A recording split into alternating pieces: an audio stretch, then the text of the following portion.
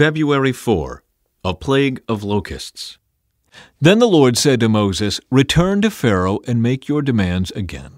I have made him and his officials stubborn, so I can display my miraculous signs among them. I've also done it so you can tell your children and grandchildren about how I made a mockery of the Egyptians and about the signs I displayed among them, and so you will know that I am the Lord." So Moses and Aaron went to Pharaoh and said, "This is what the Lord, the God of the Hebrews, says. How long will you refuse to submit to me? Let my people go so they can worship me. If you refuse, watch out, for tomorrow I will bring a swarm of locusts on your country. They will cover the land so that you won't be able to see the ground. They will devour what little is left of your crops after the hailstorm, including all the trees growing in the fields. They will overrun your palaces and the homes of your officials and all the houses in Egypt. Never in the history of Egypt have your ancestors seen a plague like this one." And with that, Moses turned and left Pharaoh. Pharaoh's officials now came to Pharaoh and appealed to him. "How long will you let this man hold us hostage? Let the men go to worship the Lord their God. Don't you realize that Egypt lies in ruins?" So Moses and Aaron were brought back to Pharaoh. "All right," he told them, "go and worship the Lord your God. But who exactly will be going with you?" Moses replied, "We will all go, young and old, our sons and daughters, and our flocks and herds. We must all join together in celebrating a festival to the Lord." Pharaoh retorted, "The Lord will certainly need to be with you if I let you take your little ones. I can see through your evil plan. Never, only the men may go and worship the Lord, since that is what you requested." And Pharaoh threw them out of the palace. Then the Lord said to Moses, "Raise your hand over the land of Egypt to bring on the locusts. Let them cover the land and devour every plant that survived the hailstorm." So Moses raised his staff over Egypt, and the Lord caused an east wind to blow over the land all that day and through the night. When morning arrived, the east wind had brought the locusts. And the locusts swarmed over the whole land of Egypt, settling in dense swarms from one end of the country to the other.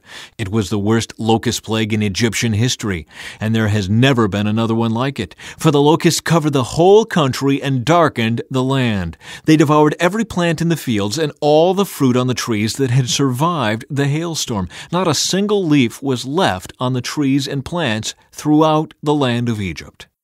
Pharaoh quickly summoned Moses and Aaron. "I have sinned against the Lord your God and against you," he confessed. "Forgive my sin just this once and plead with the Lord your God to take away this death from me." So Moses left Pharaoh's court and pleaded with the Lord. The Lord responded by shifting the wind, and the strong west wind blew the locusts into the Red Sea. Not a single locust remained in all the land of Egypt, but the Lord hardened Pharaoh's heart again. So he refused to let the people go. A plague of darkness. Then the Lord said to Moses, "Lift your hand toward heaven, and the land of Egypt will be covered with a darkness so thick you can feel it." So Moses lifted his hand to the sky, and a deep darkness covered the entire land of Egypt for 3 days. During all that time the people could not see each other, and no one moved. But there was light as usual where the people of Israel lived. Finally, Pharaoh called for Moses. "Go and worship the Lord," he said, "but leave your flocks and herds here. You may even take your little ones with you." "No," Moses said, "you must provide us with animals for sacrifices and burnt offerings to the Lord our God. All our livestock must go with us too. Not a hoof can be left behind. We must choose our sacrifices for the Lord our God from among these animals, and we won't know how we are to worship the Lord until we get there."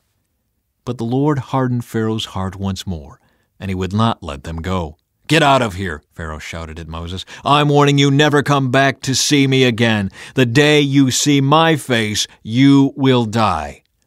"Very well," Moses replied. "I will never see your face again." Death for Egypt's firstborn.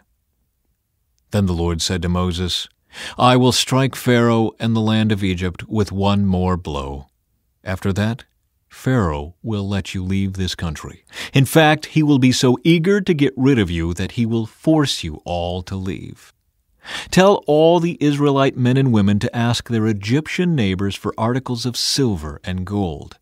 Now the Lord had caused the Egyptians to look favorably on the people of Israel, and Moses was considered a very great man in the land of Egypt, respected by Pharaoh's officials and the Egyptian people alike. Moses had announced to Pharaoh, "This is what the Lord says. At midnight tonight I will pass through the heart of Egypt. All the firstborn sons will die in every family in Egypt, from the oldest son of Pharaoh who sits on his throne to the oldest son of his lowliest servant girl who grinds the flour. Even the firstborn of all the livestock will die. Then a loud wail will rise throughout the land of Egypt, a wail like no one has heard before or will ever hear again. But among the Israelites it will be so peaceful that not even a dog will bark. Then you will know that the Lord makes a distinction between the Egyptians and the Israelites. All the officials of Egypt will run to me and fall to the ground before me. 'Please leave,' they will beg. 'Hurry and take all your followers with you. Only then will I go.' Then, burning with anger, Moses left Pharaoh." Now the Lord had told Moses earlier, "Pharaoh will not listen to you, but then I will do even more mighty miracles in the land of Egypt." Moses and Aaron performed these miracles in Pharaoh's presence, but the Lord hardened Pharaoh's heart, and he wouldn't let the Israelites leave the country. The first Passover. While the Israelites were still in the land of Egypt, the Lord gave the following instructions to Moses and Aaron. "From now on, this month will be the first month of the year for you. Announce to the whole community of Israel that on the 10th day of this month each family must choose a lamb or a young goat for a sacrifice, one animal for each household. If a family is too small to eat a whole animal, let them share with another family in the neighborhood. Divide the animal according to the size of each family and how much they can eat. The animal you select must be a 1-year-old male, either a sheep or a goat, with no defects. Take special care of this chosen animal until the evening of the 14th day of this first month. Then the whole assembly of the community of Israel must slaughter their lamb or young goat at twilight. They are to take some of the blood and smear it on the sides and top of the door frames of the houses where they eat the animal. That same night they must roast the meat over a fire and eat it, along with bitter salad greens and bread made without yeast. Do not eat any of the meat raw or boiled in water. The whole animal, including the head, legs, and internal organs, must be roasted over a fire. Do not leave any of it until the next morning. Burn whatever is not eaten before morning. These are your instructions for eating this meal.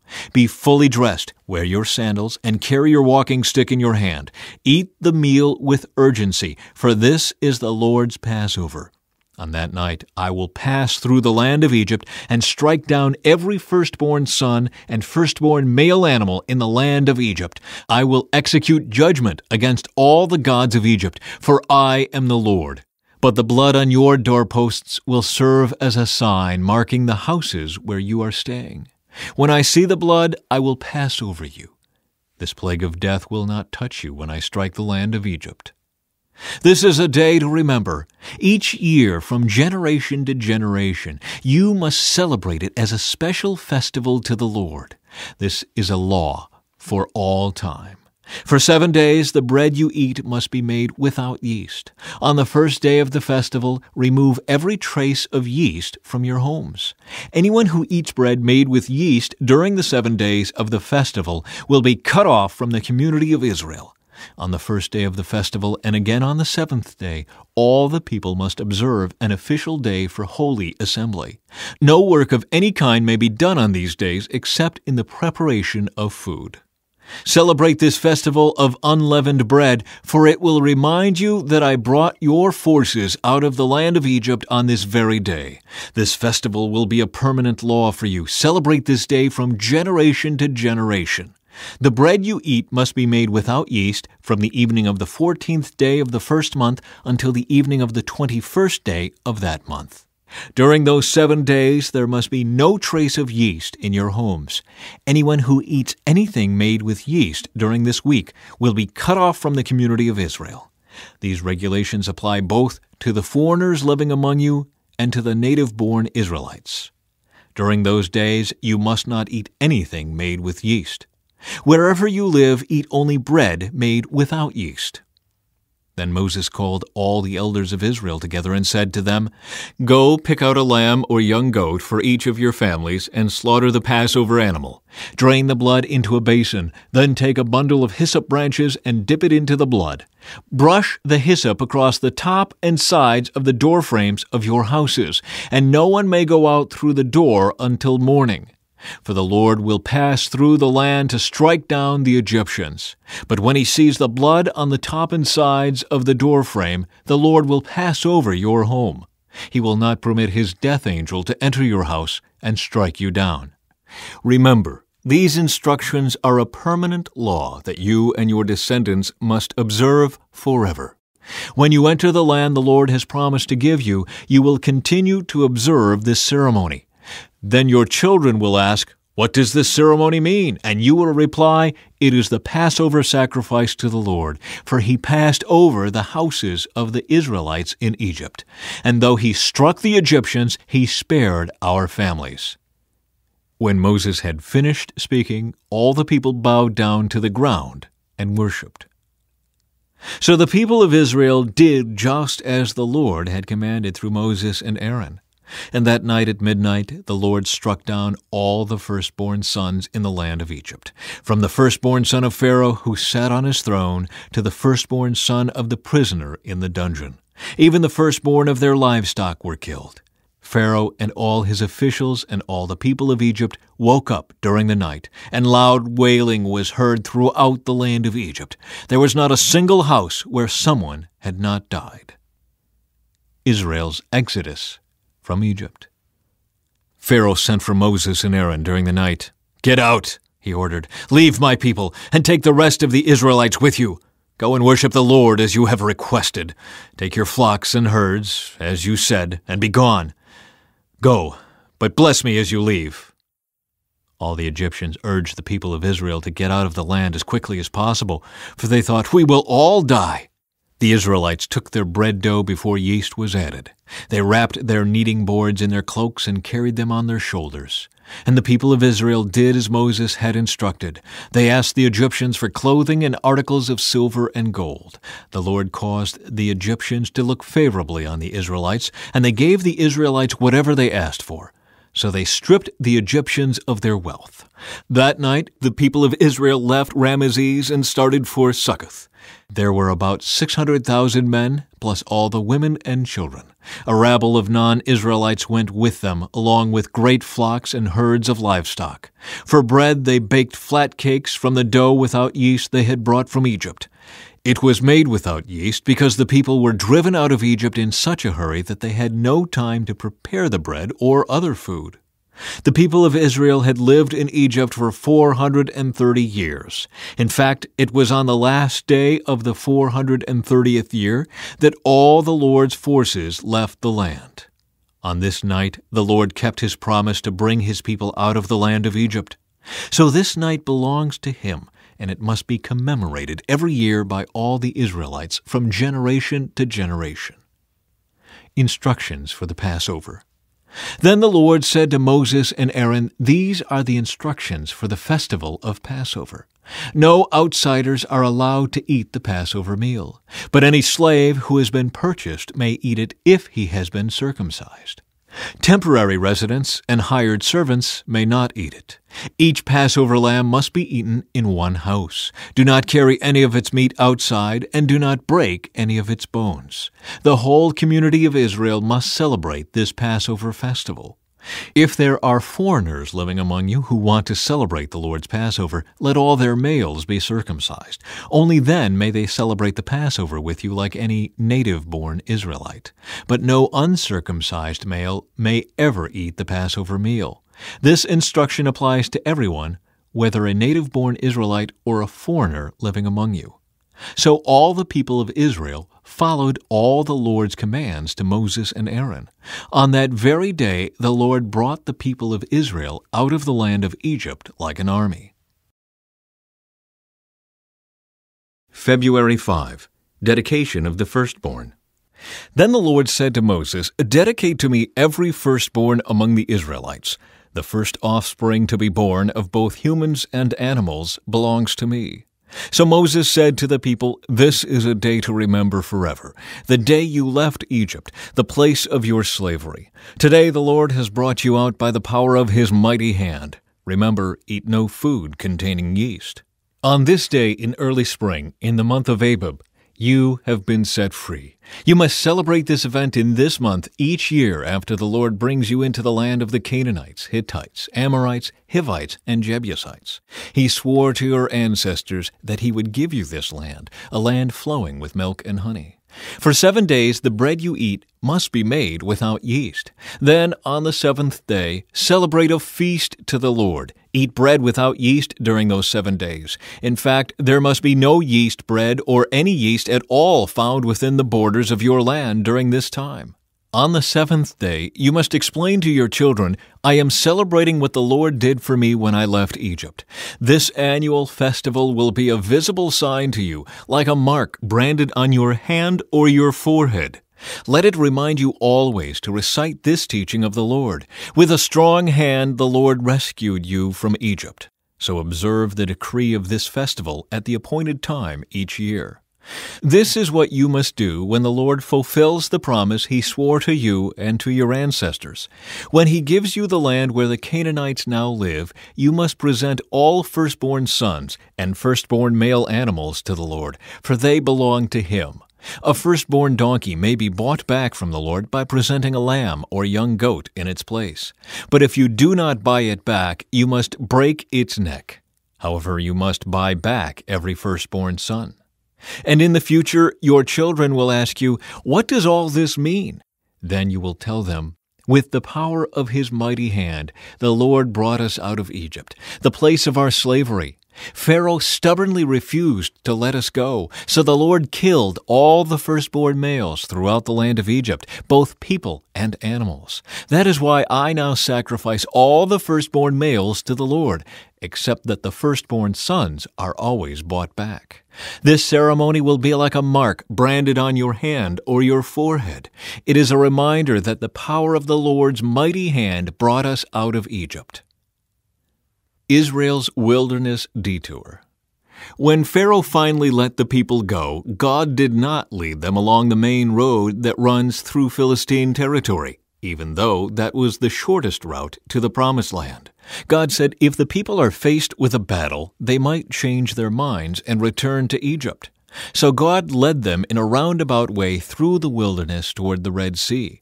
Thus the Israelites left Egypt like an army ready for battle.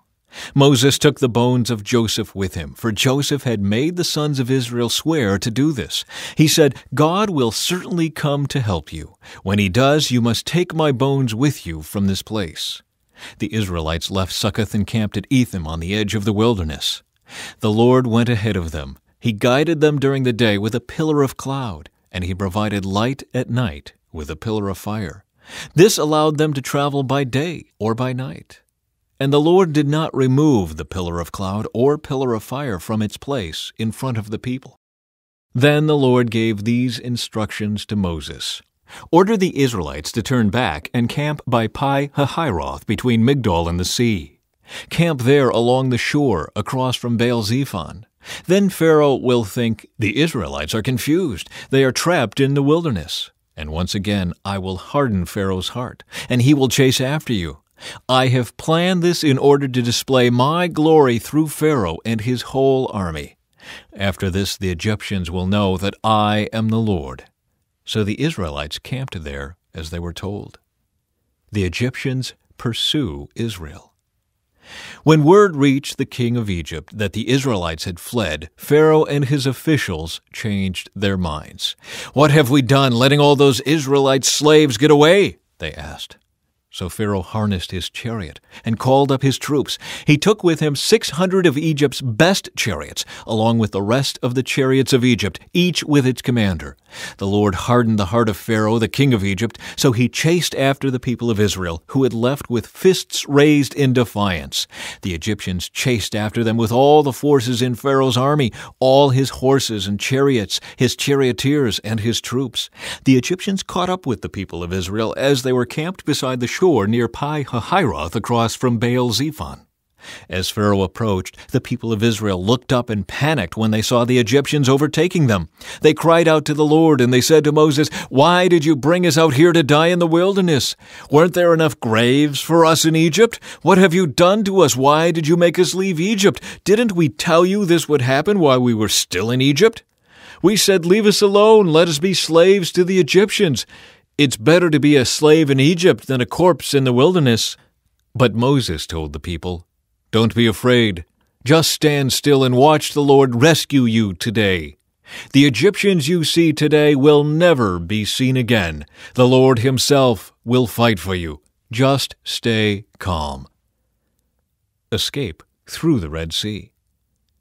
Then the Lord said to Moses, "Why are you crying out to me? Tell the people to get moving. Pick up your staff and raise your hand over the sea. Divide the water so the Israelites can walk through the middle of the sea on dry ground.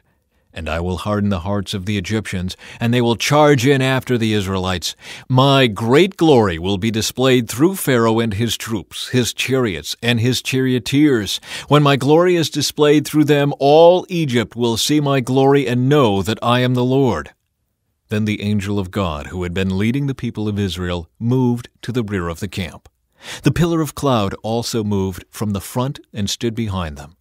The cloud settled between the Egyptian and Israelite camps. As darkness fell, the cloud turned to fire, lighting up the night.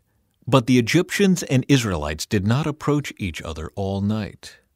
Then Moses raised his hand over the sea, and the Lord opened up a path through the water with a strong east wind.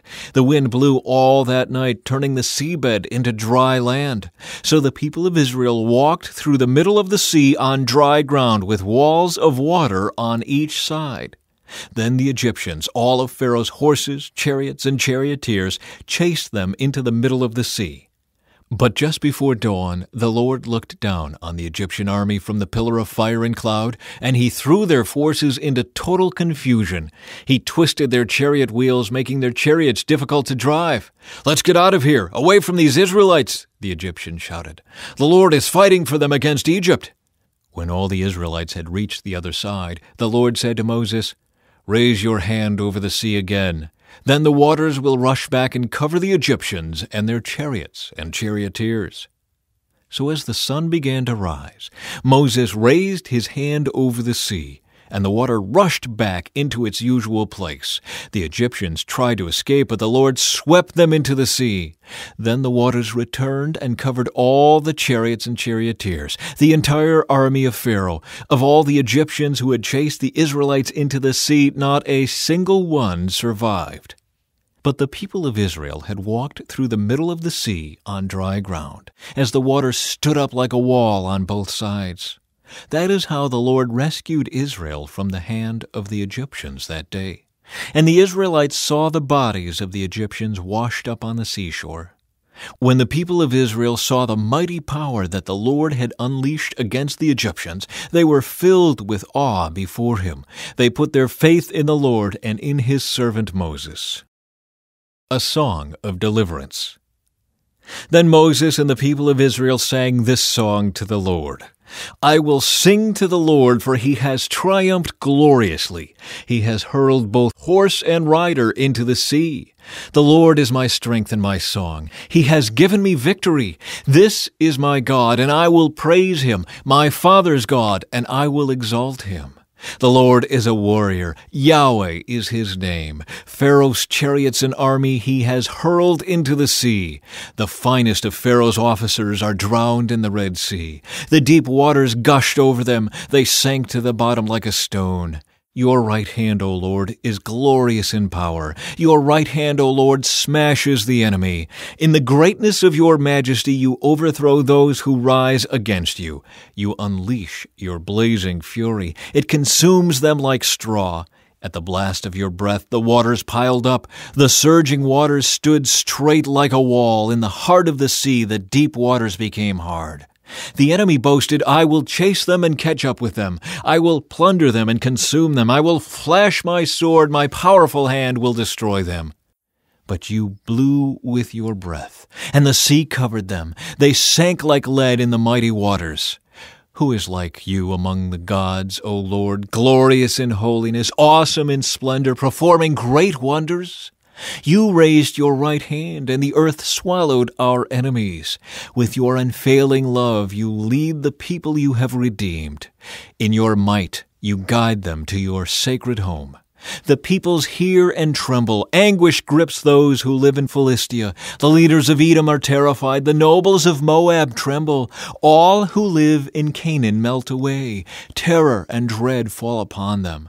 The power of your arm makes them lifeless as stone until your people pass by, O Lord, until the people you purchased pass by.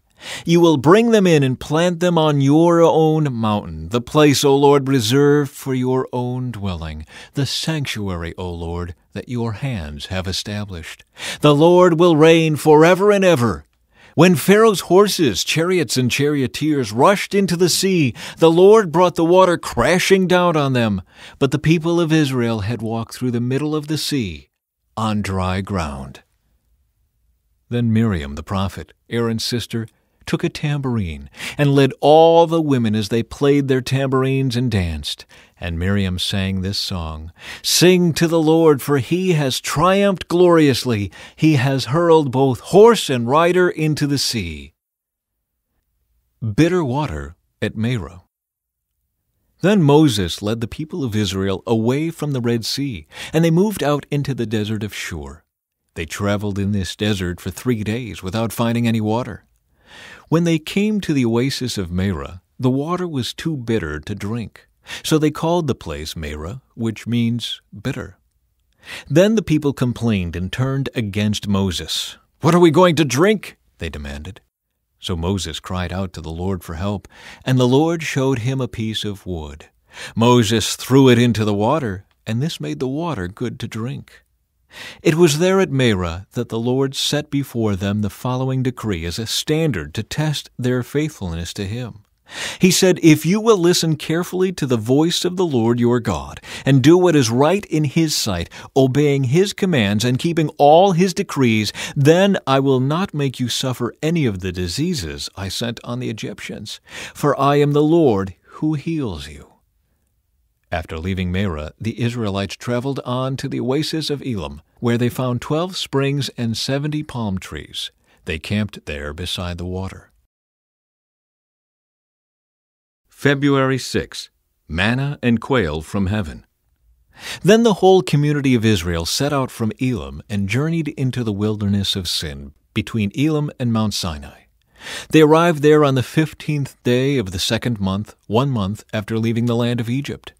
There, too, the whole community of Israel complained about Moses and Aaron. "If only the Lord had killed us back in Egypt," they moaned. "There we sat around pots filled with meat and ate all the bread we wanted, but now you have brought us into this wilderness to starve us all to death." Then the Lord said to Moses, "Look, I'm going to rain down food from heaven for you. Each day the people can go out and pick up as much food as they need for that day. I will test them in this to see whether or not they will follow my instructions. On the 6th day they will gather food, and when they prepare it, there will be twice as much as usual." So Moses and Aaron said to all the people of Israel, "By evening you will realize it was the Lord who brought you out of the land of Egypt. In the morning you will see the glory of the Lord, because He has heard your complaints, which are against Him, not against us. What have we done that you should complain about us?" Then Moses added, "The Lord will give you meat to eat in the evening and bread to satisfy you in the morning, for He has heard all your complaints against Him. What have we done? Yes, your complaints are against the Lord, not against us." Then Moses said to Aaron, "Announce this to the entire community of Israel. Present yourselves before the Lord, for He has heard your complaining." And as Aaron spoke to the whole community of Israel, they looked out toward the wilderness. There they could see the awesome glory of the Lord in the cloud. Then the Lord said to Moses, "I have heard the Israelites' complaints. Now tell them, in the evening you will have meat to eat, and in the morning you will have all the bread you want. Then you will know that I am the Lord your God." That evening vast numbers of quail flew in and covered the camp, and the next morning the area around the camp was wet with dew. When the dew evaporated, a flaky substance as fine as frost blanketed the ground. The Israelites were puzzled when they saw it. "What is it?" they asked each other. They had no idea what it was. And Moses told them, "It is the food the Lord has given you to eat. These are the Lord's instructions. Each household should gather as much as it needs. Pick up 2 quarts for each person in your tent." So the people of Israel did as they were told. Some gathered a lot, some only a little. But when they measured it out, everyone had just enough. Those who gathered a lot had nothing left over, and those who gathered only a little had enough. Each family had just what it needed. Then Moses told them, "Do not keep any of it until morning." But some of them didn't listen and kept some of it until morning. But by then it was full of maggots and had a terrible smell. Moses was very angry with them. After this, the people gathered the food morning by morning, each family according to its need. And as the sun became hot, the flakes they had not picked up melted and disappeared. On the 6th day they gathered twice as much as usual, 4 quarts for each person instead of 2. Then all the leaders of the community came and asked Moses for an explanation. He told them, "This is what the Lord commanded. Tomorrow will be a day of complete rest, a holy Sabbath day set apart for the Lord. So bake or boil as much as you want today, and set aside what is left for tomorrow." So they put some aside until morning, just as Moses had commanded. And in the morning the leftover food was wholesome and good, without maggots or odor. Moses said, "Eat this food today, for today is a Sabbath day, dedicated to the Lord. There will be no food on the ground today. You may gather the food for 6 days, but the 7th day is the Sabbath. There will be no food on the ground that day." Some of the people went out anyway on the 7th day, but they found no food. The Lord asked Moses, "How long will these people refuse to obey my commands and instructions? They must realize that the Sabbath is the Lord's gift to you. That is why he gives you a 2-day supply on the 6th day. So there will be enough for 2 days. On the Sabbath day you must each stay in your place. Do not go out to pick up food on the 7th day." So the people did not gather any food on the 7th day. The Israelites called the food manna. It was white like coriander seed, and it tasted like honey wafers. Then Moses said, "This is what the Lord has commanded. Fill a 2-quart container with manna to preserve it for your descendants. Then later generations will be able to see the food I gave you in the wilderness when I set you free from Egypt." Moses said to Aaron, "Get a jar and fill it with 2 quarts of manna. Then put it in a sacred place before the Lord to preserve it for all future generations." Aaron did just as the Lord had commanded Moses. He eventually placed it in the Ark of the Covenant in front of the stone tablets inscribed with the terms of the covenant. So the people of Israel ate manna for 40 years until they arrived at the land where they would settle. They ate manna until they came to the border of the land of Canaan. The container used to measure the manna was an omer, which was 1/10 of an ephah. It held about 2 quarts. Water from the rock. At the Lord's command, the whole community of Israel left the wilderness of sin and moved from place to place. Eventually they camped at Rephidim, but there was no water there for the people to drink. So once more the people complained against Moses. "Give us water to drink," they demanded. "Quiet," Moses replied. "Why are you complaining against me, and why are you testing the Lord?" But tormented by thirst, they continued to argue with Moses. "Why did you bring us out of Egypt? Are you trying to kill us, our children, and our livestock with thirst?" Then Moses cried out to the Lord, "What should I do with these people? They are ready to stone me." The Lord said to Moses, "Walk out in front of the people. Take your staff, the one you used when you struck the water of the Nile, and call some of the elders of Israel to join you. I will stand before you on the rock at Mount Sinai. Strike the rock, and water will come gushing out. Then the people will be able to drink." So Moses struck the rock as he was told, and water gushed out as the elders looked on. Moses named the place Massah, which means test, and Meribah, which means arguing, because the people of Israel argued with Moses and tested the Lord by saying, "Is the Lord here with us or not?" Israel defeats the Amalekites. While the people of Israel were still at Rephidim, the warriors of Amalek attacked them. Moses commanded Joshua, "Choose some men to go out and fight the army of Amalek for us. Tomorrow I will stand at the top of the hill holding the staff of God in my hand." So Joshua did what Moses had commanded and fought the army of Amalek. Meanwhile, Moses, Aaron, and Hur climbed to the top of a nearby hill. As long as Moses held up the staff in his hand, the Israelites had the advantage. But whenever he dropped his hand, the Amalekites gained the advantage. Moses' arms soon became so tired he could no longer hold them up. So Aaron and Hur found a stone for him to sit on. Then they stood on each side of Moses, holding up his hands. So his hands held steady until sunset. As a result, Joshua overwhelmed the army of Amalek in battle.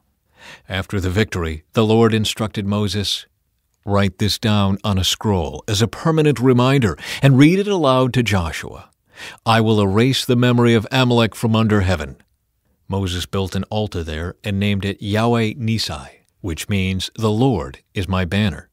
He said, "They have raised their fist against the Lord's throne, so now the Lord will be at war with Amalek generation after generation." Jethro's visit to Moses. Moses' father-in-law Jethro, the priest of Midian, heard about everything God had done for Moses and his people, the Israelites. He heard especially about how the Lord had rescued them from Egypt. Earlier, Moses had sent his wife Zipporah and his 2 sons back to Jethro, who had taken them in. Moses' first son was named Gershom, for Moses had said when the boy was born, "I have been a foreigner in a foreign land." His second son was named Eleazar, for Moses had said, "The God of my ancestors was my helper. He rescued me from the sword of Pharaoh." Jethro, Moses' father-in-law, now came to visit Moses in the wilderness. He brought Moses' wife and 2 sons with him, and they arrived while Moses and the people were camped near the mountain of God. Jethro had sent a message to Moses saying, "I, Jethro, your father-in-law, am coming to see you with your wife and your 2 sons." So Moses went out to meet his father-in-law. He bowed low and kissed him. They asked about each other's welfare and then went into Moses' tent.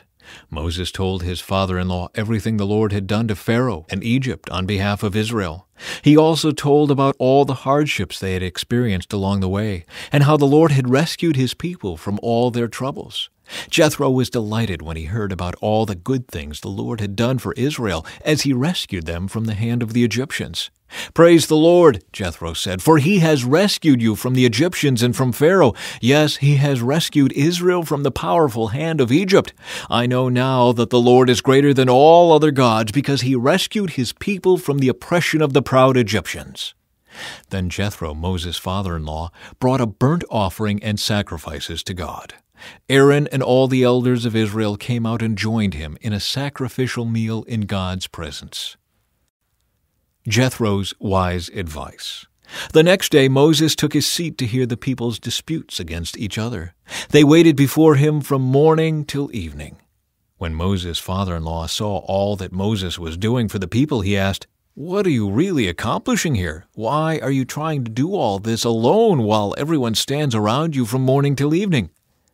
Moses replied, "Because the people come to me to get a ruling from God. When a dispute arises, they come to me, and I am the one who settles the case between the quarreling parties. I inform the people of God's decrees and give them his instructions." "This is not good," Moses' father-in-law exclaimed. "You're going to wear yourself out, and the people too. This job is too heavy a burden for you to handle all by yourself. Now listen to me, and let me give you a word of advice, and may God be with you.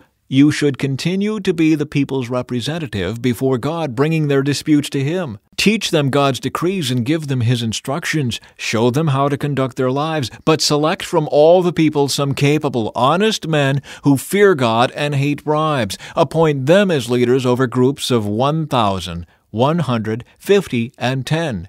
They should always be available to solve the people's common disputes, but have them bring the major cases to you. Let the leaders decide the smaller matters themselves. They will help you carry the load, making the task easier for you. If you follow this advice, and if God commands you to do so, then you will be able to endure the pressures, and all these people will go home in peace. Moses listened to his father-in-law's advice and followed his suggestions. He chose capable men from all over Israel and appointed them as leaders over the people. He put them in charge of groups of 1,000, 100, 50, and 10. These men were always available to solve the people's common disputes. They brought the major cases to Moses, but they took care of the smaller matters themselves. Soon after this, Moses said goodbye to his father-in-law, who returned to his own land. The Lord reveals himself at Sinai. Exactly 2 months after the Israelites left Egypt, they arrived in the wilderness of Sinai. After breaking camp at Rephidim, they came to the wilderness of Sinai and set up camp there at the base of Mount Sinai. Then Moses climbed the mountain to appear before God. The Lord called to him from the mountain and said, "Give these instructions to the family of Jacob.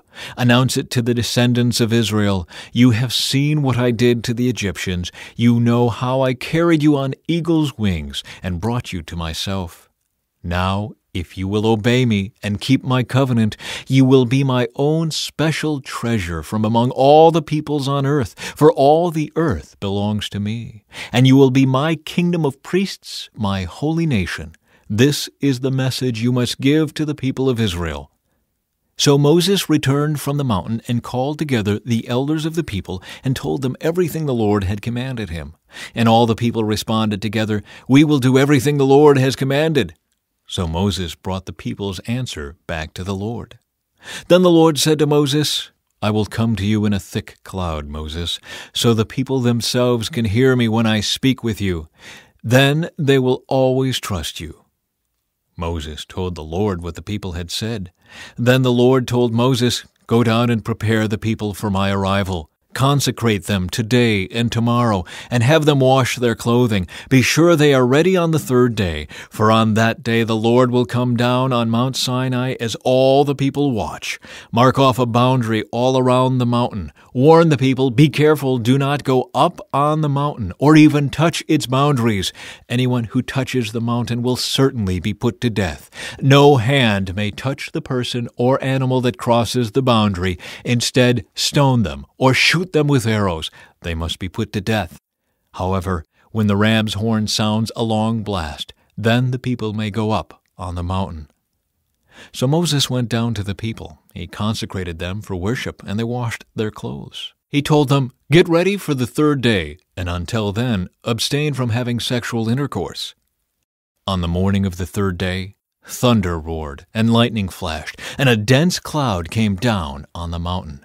There was a long, loud blast from a ram's horn, and all the people trembled.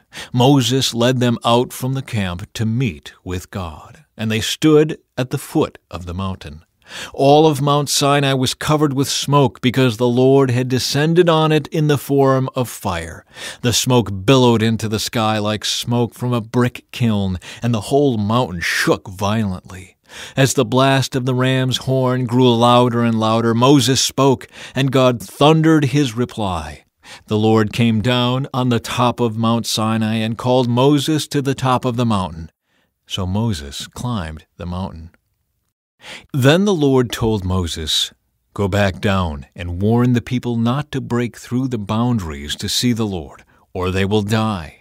Even the priests who regularly come near to the Lord must purify themselves so that the Lord does not break out and destroy them." "But Lord," Moses protested, "the people cannot come up to Mount Sinai. You already warned us. You told me mark off a boundary all around the mountain to set it apart as holy." But the Lord said, "Go down and bring Aaron back up with you. In the meantime, do not let the priests or the people break through to approach the Lord, or he will break out and destroy them." So Moses went down to the people and told them what the Lord had said. February 7, the 10 Commandments. Then God gave the people all these instructions.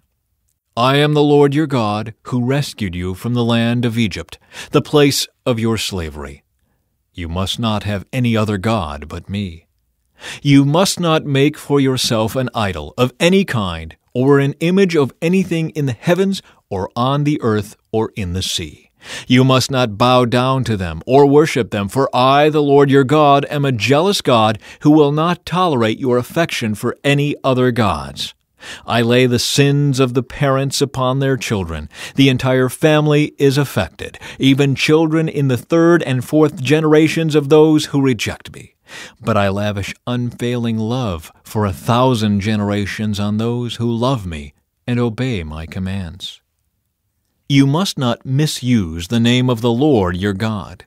The Lord will not let you go unpunished if you misuse his name. Remember to observe the Sabbath day by keeping it holy. You have 6 days each week for your ordinary work, but the seventh day is a Sabbath day of rest dedicated to the Lord your God. On that day, no one in your household may do any work. This includes you, your sons and daughters, your male and female servants, your livestock, and any foreigners living among you. For in 6 days the Lord made the heavens, the earth, the sea, and everything in them. But on the seventh day he rested. That is why the Lord blessed the Sabbath day and set it apart as holy. Honor your father and mother. Then you will live a long, full life in the land the Lord your God is giving you. You must not murder. You must not commit adultery. You must not steal. You must not testify falsely against your neighbor. You must not covet your neighbor's house.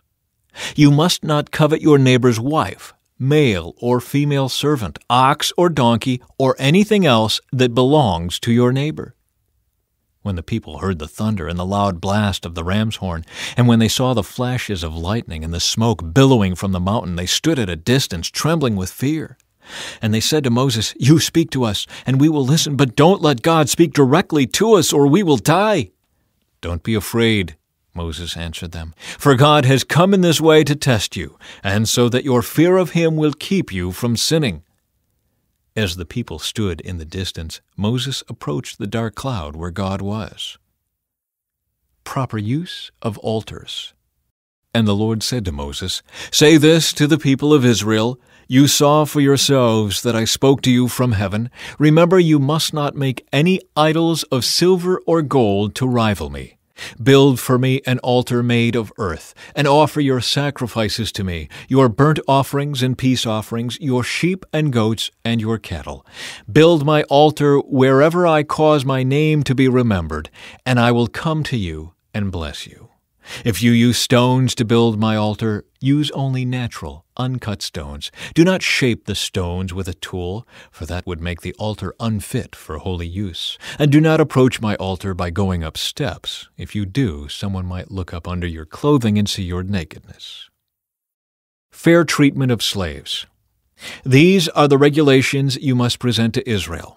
If you buy a Hebrew slave, he may serve for no more than 6 years.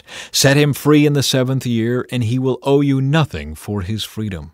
If he was single when he became your slave, he shall leave single. But if he was married before he became a slave, then his wife must be freed with him.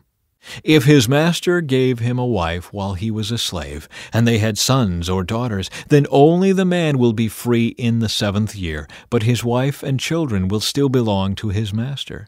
But the slave may declare, I love my master, my wife, and my children. I don't want to go free. If he does this, his master must present him before God. Then his master must take him to the door or doorpost and publicly pierce his ear with an awl. After that, the slave will serve his master for life. When a man sells his daughter as a slave, she will not be freed at the end of 6 years, as the men are. If she does not satisfy her owner, he must allow her to be bought back again. But he is not allowed to sell her to foreigners, since he is the one who broke the contract with her. But if the slave's owner arranges for her to marry his son, he may no longer treat her as a slave, but as a daughter. If a man who has married a slave wife takes another wife for himself, he must not neglect the rights of the first wife to food, clothing, and sexual intimacy. If he fails in any of these three obligations, she may leave as a free woman without making any payment. Cases of personal injury. Anyone who assaults and kills another person must be put to death. But if it was simply an accident permitted by God, I will appoint a place of refuge where the slayer can run for safety. However, if someone deliberately kills another person, then the slayer must be dragged even from my altar and be put to death. Anyone who strikes father or mother must be put to death. Kidnappers must be put to death, whether they are caught in possession of their victims or have already sold them as slaves. Anyone who dishonors father or mother must be put to death. Now suppose two men quarrel, and one hits the other with a stone or fist, and the injured person does not die, but is confined to bed. If he is later able to walk outside again, even with a crutch, the assailant will not be punished, but must compensate his victim for lost wages and provide for his full recovery. If a man beats his male or female slave with a club, and the slave dies as a result, the owner must be punished. But if the slave recovers within a day or two, then the owner shall not be punished, since the slave is his property. Now suppose two men are fighting, and in the process they accidentally strike a pregnant woman so she gives birth prematurely. If no further injury results, the man who struck the woman must pay the amount of compensation the woman's husband demands and the judges approve. But if there is further injury, the punishment must match the injury. A life for a life, an eye for an eye, a tooth for a tooth, a hand for a hand, a foot for a foot, a burn for a burn, a wound for a wound, a bruise for a bruise. If a man hits his male or female slave in the eye and the eye is blinded, he must let the slave go free to compensate for the eye. And if a man knocks out the tooth of his male or female slave, he must let the slave go free to compensate for the tooth. If an ox gores a man or woman to death, the ox must be stoned, and its flesh may not be eaten. In such a case, however, the owner will not be held liable. But suppose the ox had a reputation for goring, and the owner had been informed but failed to keep it under control. If the ox then kills someone, it must be stoned, and the owner must also be put to death. However, the dead person's relatives may accept payment to compensate for the loss of life.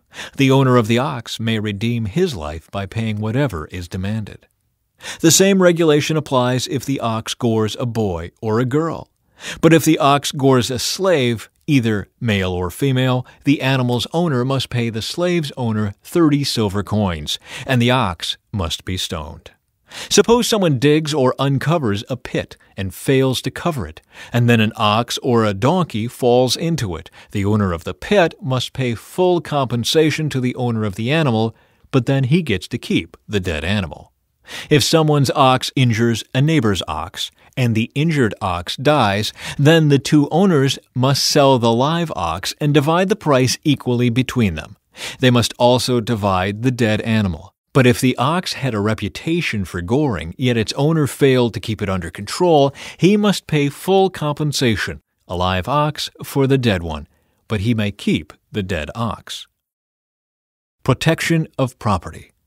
If someone steals an ox or sheep and then kills or sells it, the thief must pay back 5 oxen for each ox stolen, and 4 sheep for each sheep stolen.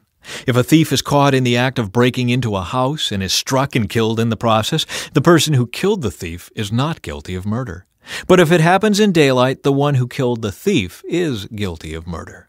A thief who is caught must pay in full for everything he stole. If he cannot pay, he must be sold as a slave to pay for his theft.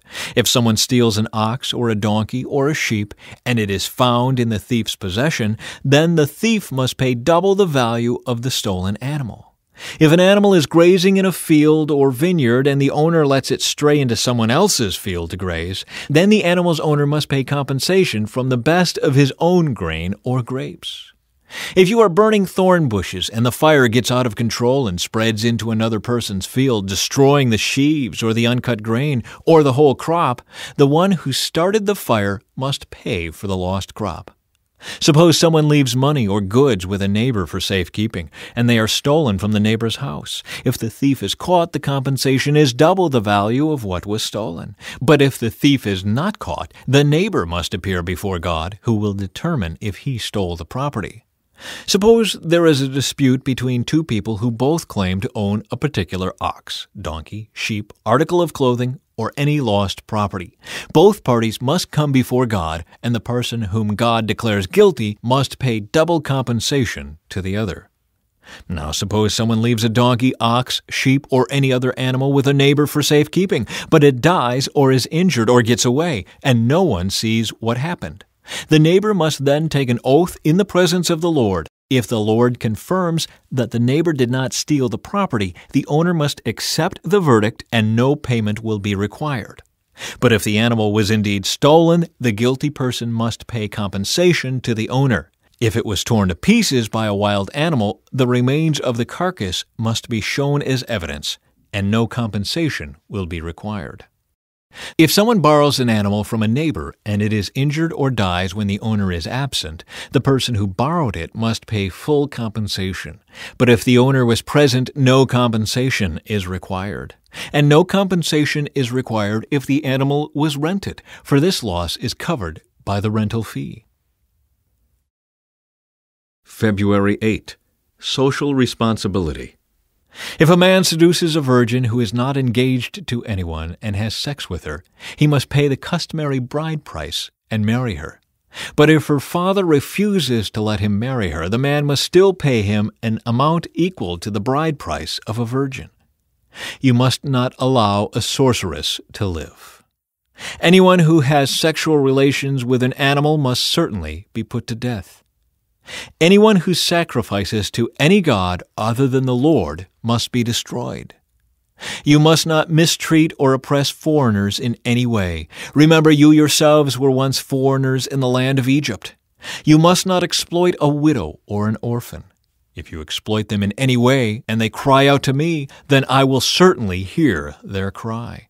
My anger will blaze against you, and I will kill you with the sword. Then your wives will be widows, and your children fatherless. If you lend money to any of my people who are in need, do not charge interest as a moneylender would. If you take your neighbor's cloak as security for a loan, you must return it before sunset. This coat may be the only blanket your neighbor has. How can a person sleep without it? If you do not return it and your neighbor cries out to me for help, then I will hear, for I am merciful. You must not dishonor God or curse any of your rulers. You must not hold anything back when you give me offerings from your crops and your wine. You must give me your firstborn sons. You must also give me the firstborn of your cattle, sheep, and goats, but leave the newborn animal with its mother for 7 days, then give it to me on the 8th day. You must be my holy people. Therefore do not eat any animal that has been torn up and killed by wild animals. Throw it to the dogs. A call for justice. You must not pass along false rumors. You must not cooperate with evil people by lying on the witness stand. You must not follow the crowd in doing wrong. When you are called to testify in a dispute, do not be swayed by the crowd to twist justice. And do not slant your testimony in favor of a person just because that person is poor. If you come upon your enemy's ox or donkey that has strayed away, take it back to its owner. If you see that the donkey of someone who hates you has collapsed under its load, do not walk by. Instead, stop and help. In a lawsuit, you must not deny justice to the poor. Be sure never to charge anyone falsely with evil. Never sentence an innocent or blameless person to death, for I never declare a guilty person to be innocent.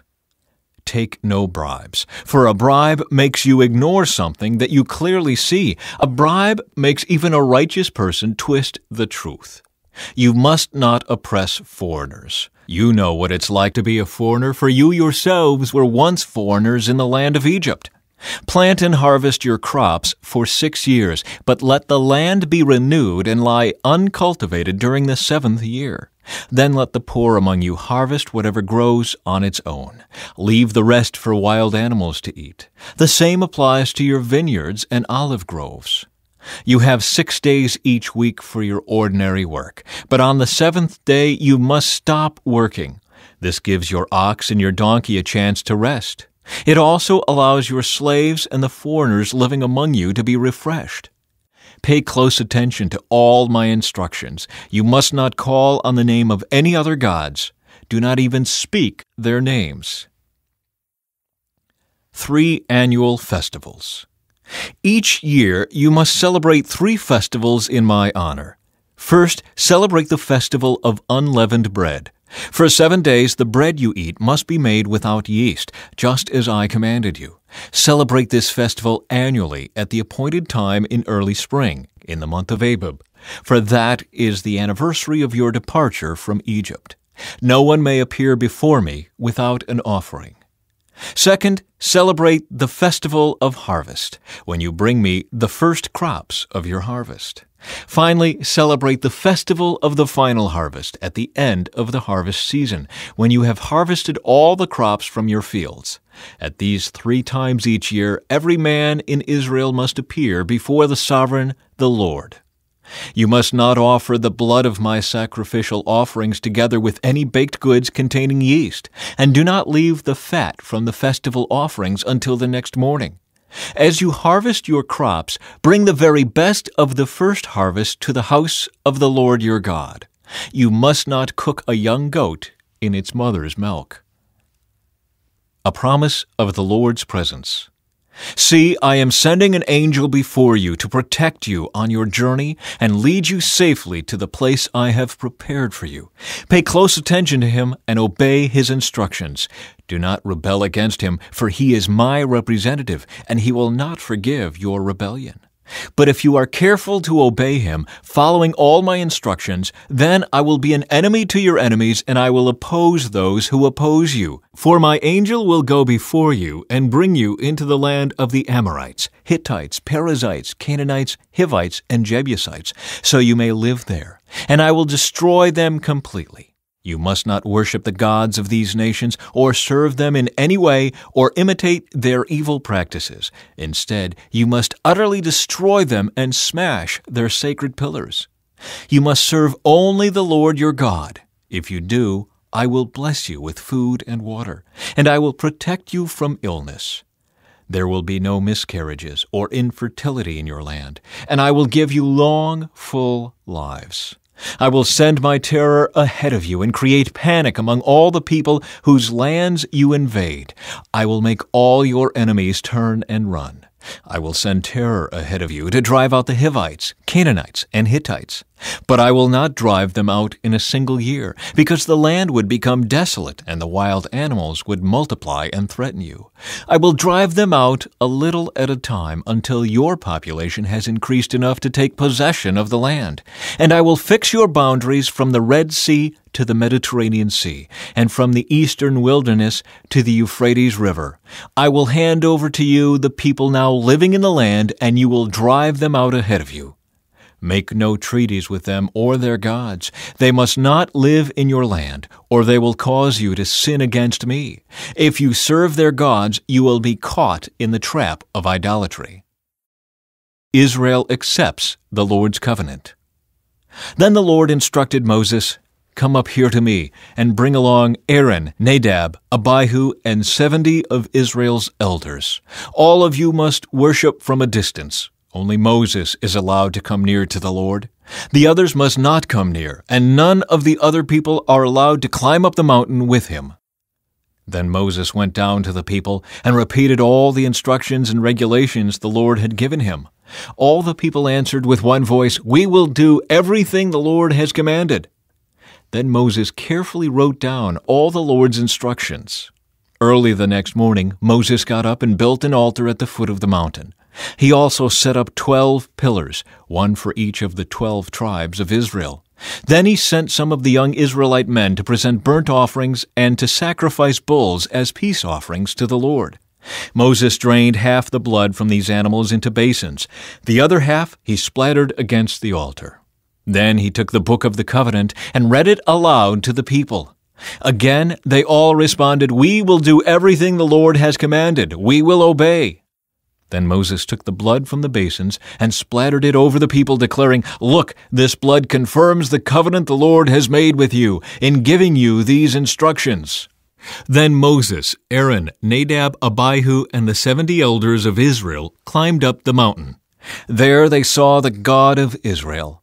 Under his feet there seemed to be a surface of brilliant blue lapis lazuli, as clear as the sky itself. And though these nobles of Israel gazed upon God, he did not destroy them. In fact, they ate a covenant meal, eating and drinking in his presence. Then the Lord said to Moses, "Come up to me on the mountain. Stay there, and I will give you the tablets of stone on which I have inscribed the instructions and commands, so you can teach the people." So Moses and his assistant Joshua set out, and Moses climbed up the mountain of God. Moses told the elders, "Stay here and wait for us until we come back. Aaron and Hur are here with you. If anyone has a dispute while I am gone, consult with them." Then Moses climbed up the mountain, and the cloud covered it. And the glory of the Lord settled down on Mount Sinai, and the cloud covered it for 6 days. On the 7th day, the Lord called to Moses from inside the cloud. To the Israelites at the foot of the mountain, the glory of the Lord appeared at the summit like a consuming fire. Then Moses disappeared into the cloud as he climbed higher up the mountain. He remained on the mountain 40 days and 40 nights. February 9. Offerings for the tabernacle. The Lord said to Moses, "Tell the people of Israel to bring me their sacred offerings. Accept the contributions from all whose hearts are moved to offer them. Here is a list of sacred offerings you may accept from them: gold, silver, and bronze, blue, purple, and scarlet thread, fine linen and goat hair for cloth, tanned ram skins and fine goatskin leather, acacia wood, olive oil for the lamps, spices for the anointing oil and the fragrant incense, onyx stones, and other gemstones to be set in the ephod and the priest's chestpiece. Have the people of Israel build me a holy sanctuary so I can live among them. You must build this tabernacle and its furnishings exactly according to the pattern I will show you." Plans for the ark. Have the people make an ark of acacia wood, a sacred chest 45 inches long, 27 inches wide, and 27 inches high. Overlay it inside and outside with pure gold and run a molding of gold all around it. Cast 4 gold rings and attach them to its 4 feet, 2 rings on each side. Make poles from acacia wood and overlay them with gold. Insert the poles into the rings at the sides of the ark to carry it. These carrying poles must stay inside the rings. Never remove them. When the ark is finished, place inside it the stone tablets inscribed with the terms of the covenant, which I will give to you. Then make the ark's cover, the place of atonement, from pure gold. It must be 45 inches long and 27 inches wide. Then make 2 cherubim from hammered gold and place them on the 2 ends of the atonement cover. Mold the cherubim on each end of the atonement cover, making it all of 1 piece of gold. The cherubim will face each other and look down on the atonement cover. With their wings spread above it, they will protect it. Place inside the ark the stone tablets inscribed with the terms of the covenant, which I will give to you. Then put the atonement cover on top of the ark. I will meet with you there and talk to you from above the atonement cover, between the gold cherubim that hover over the ark of the covenant. From there I will give you my commands for the people of Israel. Plans for the table. Then make a table of acacia wood, 36 inches long, 18 inches wide, and 27 inches high. Overlay it with pure gold and run a gold molding around the edge. Decorate it with a 3-inch border all around and run a gold molding along the border. Make 4 gold rings for the table and attach them at the 4 corners next to the 4 legs. Attach the rings near the border to hold the poles that are used to carry the table. Make these poles from acacia wood and overlay them with gold. Make special containers of pure gold for the table, bowls, pans, pitchers, and jars, to be used in pouring out liquid offerings. Place the bread of the presence on the table to remain before me at all times. Plans for the lampstand. Make a lampstand of pure hammered gold. Make the entire lampstand and its decorations of one piece, the base, center stem, lamp cups, buds, and petals. Make it with 6 branches going out from the center stem, 3 on each side. Each of the 6 branches will have 3 lamp cups shaped like almond blossoms, complete with buds and petals. Craft the center stem of the lampstand with 4 lamp cups shaped like almond blossoms, complete with buds and petals. There will also be an almond bud beneath each pair of branches where the 6 branches extend from the center stem. The almond buds and branches must all be of one piece with the center stem, and they must be hammered from pure gold. Then make the 7 lamps for the lampstand and set them so they reflect their light forward. The lamp snuffers and trays must also be made of pure gold. You will need 75 pounds of pure gold for the lampstand and its accessories. Be sure that you make everything according to the pattern I have shown you here on the mountain. Plans for the tabernacle. Make the tabernacle from 10 curtains of finely woven linen. Decorate the curtains with blue, purple, and scarlet thread and with skillfully embroidered cherubim. These 10 curtains must all be exactly the same size, 42 feet long and 6 feet wide. Join 5 of these curtains together to make one long curtain. Then join the other 5 into a second long curtain. Put loops of blue yarn along the edge of the last curtain in each set. The 50 loops along the edge of one curtain are to match the 50 loops along the edge of the other curtain. Then make 50 gold clasps and fasten the long curtains together with the clasps. In this way, the tabernacle will be made of one continuous piece. Make 11 curtains of goat hair cloth to serve as a tent covering for the tabernacle. These 11 curtains must all be exactly the same size, 45 feet long and 6 feet wide. Join 5 of these curtains together to make one long curtain, and join the other 6 into a second long curtain. Allow 3 feet of material from the second set of curtains to hang over the front of the sacred tent. Make 50 loops for one edge of each large curtain. Then make 50 bronze clasps and fasten the loops of the long curtains with the clasps. In this way, the tent covering will be made of one continuous piece. The remaining 3 feet of this tent covering will be left to hang over the back of the tabernacle.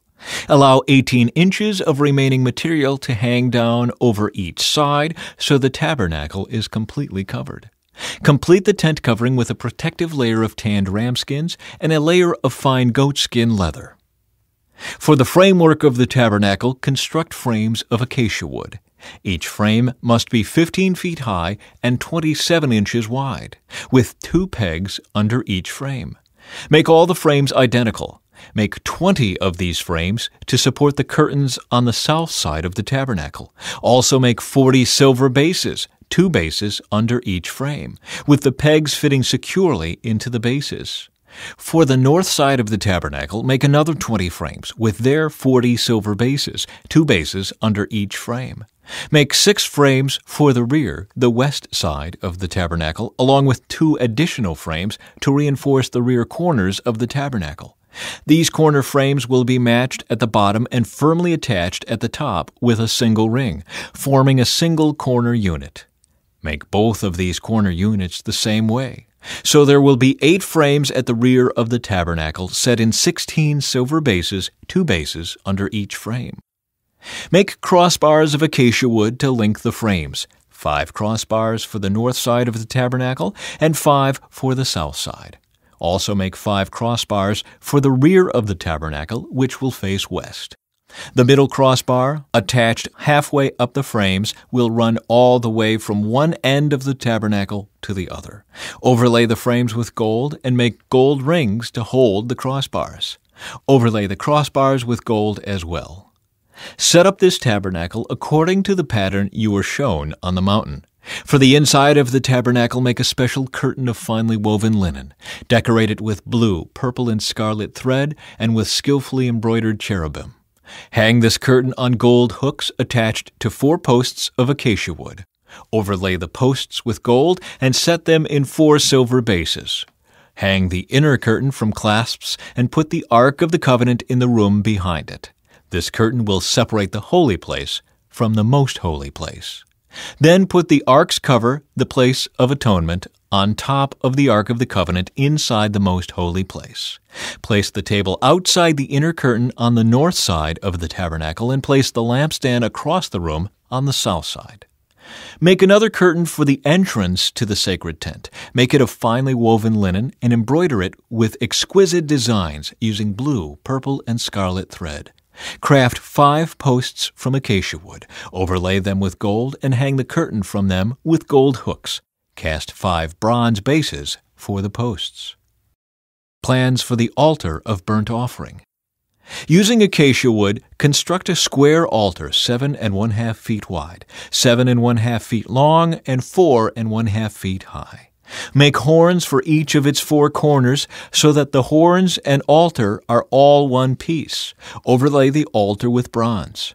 Make ash buckets, shovels, basins, meat forks, and fire pans all of bronze. Make a bronze grating for it and attach 4 bronze rings at its 4 corners. Install the grating halfway down the side of the altar under the ledge. For carrying the altar, make poles from acacia wood and overlay them with bronze. Insert the poles through the rings on the 2 sides of the altar. The altar must be hollow, made from planks. Build it just as you were shown on the mountain. Plans for the courtyard. Then make the courtyard for the tabernacle, enclosed with curtains made of finely woven linen. On the south side, make the curtains 150 feet long. They will be held up by 20 posts set securely in 20 bronze bases. Hang the curtains with silver hooks and rings. Make the curtains the same on the north side, 150 feet of curtains held up by 20 posts set securely in bronze bases. Hang the curtains with silver hooks and rings. The curtains on the west end of the courtyard will be 75 feet long, supported by 10 posts set into 10 bases. The east end of the courtyard, the front, will also be 75 feet long. The courtyard entrance will be on the east end, flanked by 2 curtains. The curtain on the right side will be 22 1/2 feet long, supported by 3 posts set into 3 bases. The curtain on the left side will also be 22 1/2 feet long, supported by 3 posts set into 3 bases. For the entrance to the courtyard, make a curtain that is 30 feet long. Make it from finely woven linen and decorate it with beautiful embroidery in blue, purple, and scarlet thread. Support it with 4 posts, each securely set in its own base. All the posts around the courtyard must have silver rings and hooks and bronze bases. So the entire courtyard will be 150 feet long and 75 feet wide, with curtain walls 7 1/2 feet high, made from finely woven linen. The bases for the posts will be made of bronze. All the articles used in the rituals of the tabernacle, including all the tent pegs used to support the tabernacle and the courtyard curtains, must be made of bronze. Light for the tabernacle. Command the people of Israel to bring you pure oil of pressed olives for the light, to keep the lamps burning continually. The lampstand will stand in the tabernacle in front of the inner curtain that shields the Ark of the Covenant. Aaron and his sons must keep the lamps burning in the Lord's presence all night. This is a permanent law for the people of Israel, and it must be observed from generation to generation. Clothing for the priests. Call for your brother Aaron and his sons, Nadab, Abihu, Eleazar, and Ithamar. Set them apart from the rest of the people of Israel, so they may minister to me and be my priests. Make sacred garments for Aaron that are glorious and beautiful. Instruct all the skilled craftsmen whom I have filled with the spirit of wisdom. Have them make garments for Aaron that will distinguish him as a priest set apart for my service. These are the garments they are to make: a chest piece, an ephod, a robe, a patterned tunic, a turban, and a sash. They are to make these sacred garments for your brother Aaron and his sons to wear when they serve me as priests. So give them fine linen cloth, gold thread, and blue, purple, and scarlet thread. Design of the ephod.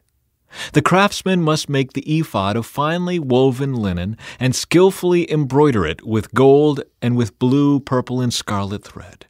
It will consist of 2 pieces, front and back, joined at the shoulders with 2 shoulder pieces. The decorative sash will be made of the same materials, finely woven linen embroidered with gold and with blue, purple, and scarlet thread. Take 2 onyx stones and engrave on them the names of the tribes of Israel. 6 names will be on each stone, arranged in the order of the births of the original sons of Israel. Engrave these names on the 2 stones in the same way a jeweler engraves a seal. Then mount the stones in settings of gold filigree. Fasten the 2 stones on the shoulder pieces of the ephod as a reminder that Aaron represents the people of Israel. Aaron will carry these names on his shoulders as a constant reminder whenever he goes before the Lord. Make the settings of gold filigree, then braid 2 cords of pure gold and attach them to the filigree settings on the shoulders of the ephod. Design of the chest piece. Then, with great skill and care, make a chest piece to be worn for seeking a decision from God. Make it to match the ephod using finely woven linen embroidered with gold and with blue, purple, and scarlet thread. Make the chest piece of a single piece of cloth folded to form a pouch 9 inches square. Mount 4 rows of gemstones on it. The first row will contain a red carnelian, a pale green peridot, and an emerald. The second row will contain a turquoise, a blue lapis lazuli, and a white moonstone. The third row will contain an orange jacinth, an agate, and a purple amethyst. The fourth row will contain a blue-green beryl, an onyx, and a green jasper. All these stones will be set in gold filigree. Each stone will represent one of the 12 sons of Israel, and the name of that tribe will be engraved on it like a seal. To attach the chest piece to the ephod, make braided cords of pure gold thread. Then make 2 gold rings and attach them to the top corners of the chest piece. Tie the 2 gold cords to the 2 rings on the chest piece. Tie the other ends of the cords to the gold settings on the shoulder pieces of the ephod. Then make 2 more gold rings and attach them to the inside edges of the chest piece next to the ephod. And make 2 more gold rings and attach them to the front of the ephod below the shoulder pieces, just above the knot where the decorative sash is fastened to the ephod. Then attach the bottom rings of the chest piece to the rings on the ephod with blue cords. This will hold the chest piece securely to the ephod above the decorative sash. In this way, Aaron will carry the names of the tribes of Israel on the sacred chest piece over his heart when he goes into the holy place. This will be a continual reminder that he represents the people when he comes before the Lord. Insert the Urim and Thummim into the sacred chest piece so they will be carried over Aaron's heart when he goes into the Lord's presence. In this way, Aaron will always carry over his heart the objects used to determine the Lord's will for his people whenever he goes in before the Lord. Additional clothing for the priests. Make the robe that is worn with the ephod from a single piece of blue cloth, with an opening for Aaron's head in the middle of it. Reinforce the opening with a woven collar so it will not tear. Make pomegranates out of blue, purple, and scarlet yarn and attach them to the hem of the robe with gold bells between them. The gold bells and pomegranates are to alternate all around the hem. Aaron will wear this robe whenever he ministers before the Lord, and the bells will tinkle as he goes in and out of the Lord's presence in the holy place. If he wears it, he will not die. Next, make a medallion of pure gold and engrave it like a seal with these words, "Holy to the Lord." Attach the medallion with a blue cord to the front of Aaron's turban, where it must remain. Aaron must wear it on his forehead so he may take on himself any guilt of the people of Israel when they consecrate their sacred offerings. He must always wear it on his forehead so the Lord will accept the people. Weave Aaron's patterned tunic from fine linen cloth. Fashion the turban from this linen as well. Also make a sash and decorate it with colorful embroidery. For Aaron's sons, make tunics, sashes, and special head coverings that are glorious and beautiful. Clothe your brother Aaron and his sons with these garments, and then anoint and ordain them. Consecrate them so they can serve as my priests. Also make linen undergarments for them to be worn next to their bodies, reaching from their hips to their thighs. These must be worn whenever Aaron and his sons enter the tabernacle or approach the altar in the holy place to perform their priestly duties. Then they will not incur guilt and die. This is a permanent law for Aaron and all his descendants after him.